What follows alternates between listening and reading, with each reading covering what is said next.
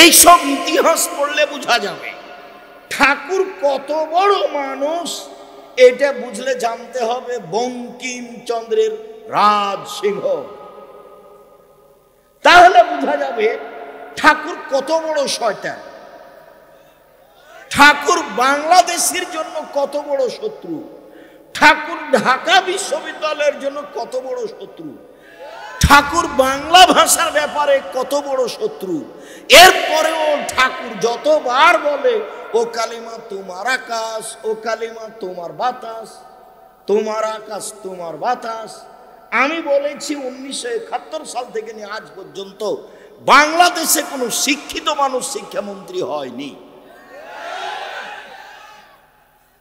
নলে ঠাকুরের এই গান জাতির কাছে আসতে পারে কি করে? আমি বলেছি তোর বাপের আকাশ, আজ থেকে নিয়ে 30 বছর আগে বলেছি। ঠাকুরের মান সম্মানের হানি হয়েছে, তাই আমার বিরুদ্ধে মামলা হয়েছে সিলেট কোর্টে 5,000 কোটি টাকা। ঠাকুরের সম্মানের হানি হয়েছে, তাই মুসলমানের বাচ্চা, নিম্ন শ্রেণীর মানুষ, অশিক্ষিত এরা, বর্বর এরা আমার বিরুদ্ধে মামলা করে সুনামগঞ্জ সিলেটে 1,000 কোটি টাকা। কেন? ঠাকুরের মানের সম্মানের হানি হয়েছে। আমি বলেছি তোর বাপের আকাশ। আর এসব মুসলমানের ছেলে নির্দ্বিধায় স্কুলে গিয়ে বলছে তোমার আকাশ, ওমা তোমার আকাশ, ওমা তোমার বাতাস। আমি কোনোদিন বলিনি, আমার ছেলে মেয়ে বলে না। জাতির যদি রাস্তাঘাট করে দিতে না পারি, জাতির যদি স্কুল কলেজ করে দিতে না পারি, জাতিকে চূড়ান্ত সঠিক ধর্ম দিতে পারবো ইনশাআল্লাহ। ধর্মের ব্যাপারে জাতিকে ফাঁকি দিয়ে পরকাল হারাতে রাজি নই। ঠাকুর বন্ধু নয়, ঠাকুর বন্ধু নয়। ভারতের যারা সবচেয়ে মুসলমানের বড় বড় শত্রু, তার শীর্ষ স্থানে আছে ঠাকুর। ঠাকুরের গান আপনার কাছে প্রিয় হয় কি করে? আপনি আবার কি করে শিক্ষিত মানুষ হলেন এটা আমি বুঝিনি। আপনাকে যদি আমি অশিক্ষিত প্রমাণ করতে না পারি, আমি বাংলার বাড়িতে বক্তব্য দেব না। শুনুন, শিরক মহাপাপ, এরপরে সিরিয়ালে আসলো না। এই দুটা বারবার বলছেন আল্লাহর নবী। বাপ মায়ের অবাধ্য চলা মহাপাপ, তারপরে সিরিয়ালে আসলো না। বারবার আল্লাহ নবী এই কথা বলছেন। মিথ্যে সাক্ষী দেওয়া মহাপাপ, এরপর আল্লাহ রাসূল সিরিয়ালে এই দুটাই বলছেন। এই দুটাতে সামাজিকভাবে মানুষ যত অপমান হয়, আর কোনো কিছুতে মানুষ তত অপমান হয় না। চোর যখন ধরা পড়ে তখন চোর চোরকে মারে, জেনার লোক যখন ধরা পড়ে তো আর একজন জেনাকার বলে যে শয়তানকে পিটা মারো। এই দুটা পাপ। বাপ মায়ের অবাধ্য চলছে, দিন রাত করছে, সমস্যা নেই। শিরক করছে ছেলে মেয়ে, নারী পুরুষ, একবারে বাংলাদেশের মাটিতে হন্য হয়ে শিরক করছে, বেহিসাব, নির্দ্বিধায়, ভালো মনে করে করছে। এটা তো আবার কুমিল্লা মানে নোয়াখালীর পাশে আছে, এটা স্বাভাবিক। এদের কাছে শিরক স্বাভাবিক, শিরক কোনো পাপ নয়। সম্মানিত দিনী ভাই বোন, বলছিলাম গান বাজনা, বাদ্যযন্ত্র, খেলতামাশা ভিন্ন ধরনের পাপ। আলোচনা যত শেষের দিকে যাবে পরিবেশ তত কঠিন হবে, আপনি খেয়াল করবেন। নাফে রাদিয়াল্লাহু তাআলা আনহু বলেন, আব্দুল্লাহ ইবনে উমর একদা বললেন, গান বাজনা বাদ্যযন্ত্র শুনে ফাওয়াজা ইসবাইহি ফি উজনাইহি, আব্দুল্লাহ ইবনে উমর কানের ভিতরে হাত ঢুকিয়ে দিলেন। ফানানাত তারিকে, রাস্তা থেকে দূরে সরে গেলেন। রাস্তা থেকে দূরে সরে গিয়ে আমাকে বলছেন, নাফে হাল তাসমাউ শায়ান, তুমি কি এখন বাদ্যযন্ত্র খেলতামাশা কিছু শুনতে পাচ্ছ? আমি বললাম জি না। আমি যখন না বললাম তখন তিনি ফারাফা ইসবাইহি মিন উজনাইহি, তার দুই কান থেকে তিনি আঙ্গুল সরিয়ে নিলেন। সরিয়ে নিয়ে বলছেন, নাফে শুনো, একদা আমি নবীর সাথে ছিলাম, কুনতু মান নবী সাল্লাল্লাহু আলাইহি সাল্লাম, একদা আমি নবীর সাথে ছিলাম। ফাসামিয়া মিসলা যালিক, সানা মিসলা যালিক, তিনি এইরকমই বাদ্যযন্ত্র শুনেছিলেন, তারপরে কানে আঙ্গুল ঢুকিয়ে দিয়েছিলেন, তারপর ওখান থেকে সরে গিয়ে বললেন, আব্দুল্লাহ ইবনে উমর, তুমি কি বাদ্যযন্ত্র শুনতে পাচ্ছ? আমি বললাম, জি না। তখন তিনি তার কান থেকে আঙ্গুল সরিয়ে নিলেন, বলেন, আপনার ছেলের কানে ইয়ারফোন লাগা আছে। তখনও নাকি আপনি শিক্ষিত মানুষ, আপনার ছেলে 31st নাইট আনন্দ সহকারে পালন করছে, তখনও না আপনি নাকি শিক্ষিত মানুষ। জি না, এরাই হচ্ছে ইতর শ্রেণীর মানুষ, এরাই হচ্ছে 3rd মানুষ, এরাই হচ্ছে বর্বর অসভ্য মানুষ, ভৌলি হিসাব। বরং তাই নয়, এরা কুকুর শ্রীগারের চেয়ে খারাপ, এরা পশু প্রাণীর চেয়ে খারাপ। আমি এ কথা বলিনি।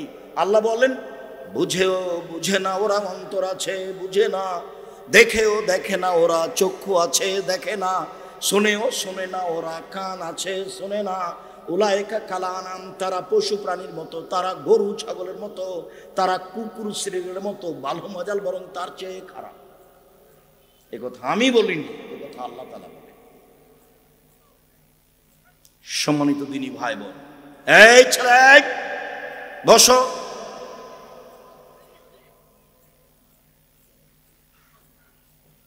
আমি কোনোদিন এটা মানিনি, মানবো না।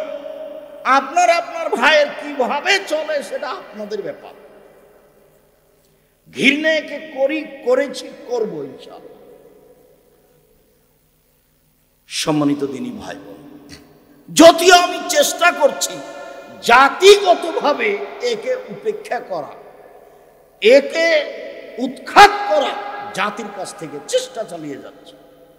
সেজন্যই মাঝে মধ্যে বলি, আমার মনে বড় সাধ, এই দেশের মাটিতে আমি উন্নত মানের প্রতিষ্ঠান গড়বই ইনশাআল্লাহ, যেখানে ছেলে মেয়ে বাংলা, ইংরেজি, আরবি উন্নত মানের শিক্ষা অর্জন করে জাতির অন্যায়ের বিরুদ্ধে লড়বে, মুখে কলমে মিডিয়েই লড়বে ইনশাআল্লাহ। তার আমি বাস্তব দেখতে পাচ্ছি। দেশের সর্ববৃহৎ প্রতিষ্ঠান জামিয়া সালাফিয়া, শিক্ষা মানে দেশ বিদেশের শিক্ষক দিয়ে ভরপুর। সৌদি আরব থেকে আসেন শিক্ষক, বর্তমানে আছেন। ইন্ডিয়া থেকে শিক্ষক আসেন, যারা বর্তমানে আছে। দেশের যারা আছে, খালি ভর্তি পরীক্ষায় গতকালকে উপস্থিত হয়েছিল প্রায় সব প্রতিষ্ঠানে 2,5-3 হাজার মতো। একটা প্রতিষ্ঠানে উপস্থিত হয়েছি, তো পাগড়ি পরায় যেগুলো হাফেজ, 3-4টা হাফেজ পাগড়ি পরাচ্ছে। তো শেখ জোহানি, মোহাম্মদ জায়েদ আল জোহানি, সাবেক প্রফেসর মদিনা বিশ্ববিদ্যালয়, মদিনেরই মানুষ। তা আমাকে বলছে যে, আব্দুর রাজ্জাক, আপনি আপনার প্রতিষ্ঠানে ছেলেদেরকে পাগড়ি পরান না কেন? আমি বলছি যে অন্তত 50 জন হবে হাফেজ এক বছরে, 50-55 জন। একটা মাদ্রাসাতে, হিফখানাতে যত ছাত্র আছে তত ছাত্র ওখানে কোরআন হিজ করে এক বছরে, তাই কয়টার পাগড়ি পরাবে? মঞ্চে নিয়ে এসে মঞ্চ ভর্তি হয়ে যাবে, মানুষ বসবে কোথায়, এগুলো কি করবে কোথায়? যার কারণে সাধারণত এটা করা হয়।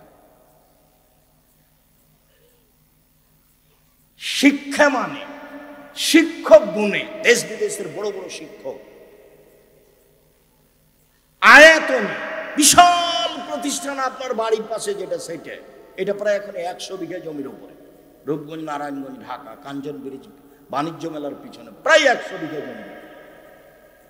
যেটা রাজশাহীতে সেটা প্রায় 40 বিঘা জমির উপর, যেটা মহিলা শাখা সেটা প্রায় 60 থেকে 70 বিঘা জমির উপর, দিনাজপুরে প্রায় 20 বিঘা জমির উপরে, এরকম 8-10 বিঘা জমি আছে ফেনীতে, এইভাবে 8-10 বিঘা জমি আছে ময়মনসিংহে, এইভাবে 8-10 বিঘা জমি আছে কুষ্টিয়াতে, এরকমই কাছাকাছি পরিমাণ জমি আছে যশোরে, এইভাবে কিছু জমি আছে বগুড়ায়।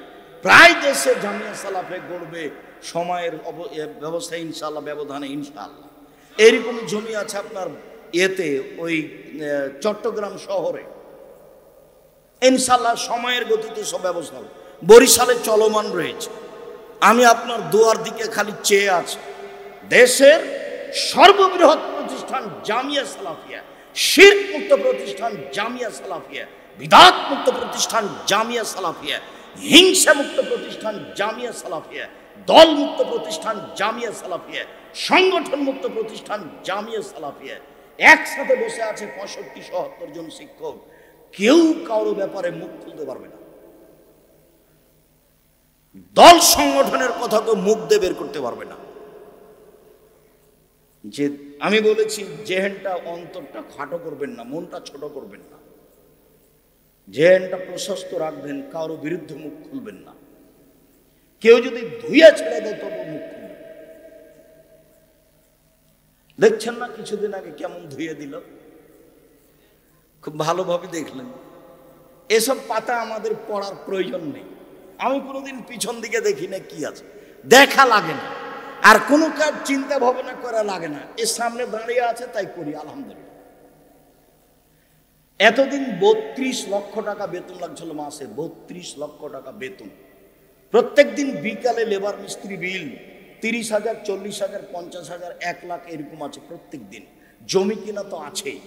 এইখানে যেটা আপনার রূপগঞ্জ নারায়ণগঞ্জ মসজিদ যে অংশ শুরু হয়েছে তার পাইলিং খরচ আছে প্রায় 2 কোটি টাকা, মেঝে ঢালাই আছে প্রায় 2 কোটি টাকা। যান দেখে আসে। এই যে 13-14 সম্মেলন আছে, যাবেন, মনটাকে ফ্রি করে যাবেন, দেখা দরকার নিজের জিনিস, সঠিক আকীদার জিনিস। বিশাল প্রতিষ্ঠান, আলহামদুলিল্লাহ, সঠিক আকীদার মানুষ। আমি চেষ্টা চালিয়ে যাচ্ছি, আল্লাহ তুমি কবুল করো। আল্লাহ। বলছিলাম সম্মানিত দিনী ভাই বোন, আল্লাহর নবী কানে আঙ্গুল দিয়ে গান বাজনা থেকে সরে গেলেন। সেই গান বাজনা আপনার দোকানে চলে, আপনাকে কেন খারাপ লাগে না? আপনার চরিত্র ইহুদি খ্রিস্টানের সাথে কেন মিলে গেল? হিন্দুদের সাথে কেন মিলে গেল? আপনার বিবাহ শাদীতে গান বাজনা বাদ্যযন্ত্র কেন চলে? আপনাকে খারাপ লাগে না কেন? আপনার চরিত্র হিন্দুদের সাথে মিশে গেল কিভাবে? আল্লাহ রাসূল এই কথাই বলছেন। একটু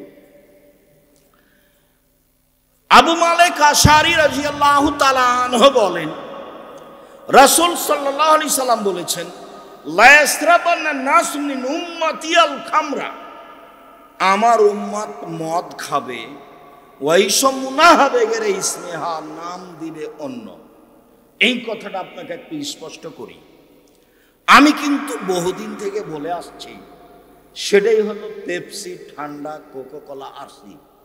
এক শ্রেণীর মানুষ বলেছেন না এটা নয়।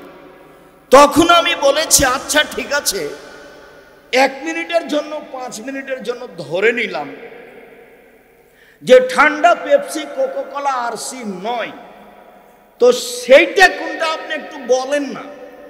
আল্লাহর নবী যে বললেন আমার উম্মত মদ খাবে, নাম দিবে অন্য, তো বলেন সেটা কোনটা? আপনি যদি বলেন সেটা ইয়াবা, তাহলে ঠিক হবে না কেন? সবাই বলে এটা মদ। আপনি যদি বলেন সেটা হিরোইন, তাহলে এটা ঠিক হবে না কেন? সবাই বলে এটা মদ। আপনি যদি বলেন সেটা গাঁজা, তাহলে ঠিক হবে না কেন? সবাই বলে এটা মদ। আপনি এমন নাম বলেন যেটা মানুষে খাচ্ছে মদ, অথচ নাম দেওয়া আছে অন্য, সেটা বলে কোনো কথা নেই। শুধু খালি বিরোধিতা, বিরোধিতা তো অভাব নাই। আমি বললাম 7 ভাগে কুরবানি চলবে না 7 পরিবারে, এমন ভাবে বলছে যেভাবে, কে বলছে চলবে না? দিয়ে হাদিস 2-4টা মেরে দিচ্ছে। ও যে হাদিস 2-4টা মেরে দিচ্ছে, আমি আব্দুর রাজ্জাক বিন ইউসুফ, আপনার হুজুরের চেয়ে আমার মেধা বেশি নয়, তবে আমি চর্চা করি বেশি। আপনার হুজুরেরই মেধা বেশি। আমি তো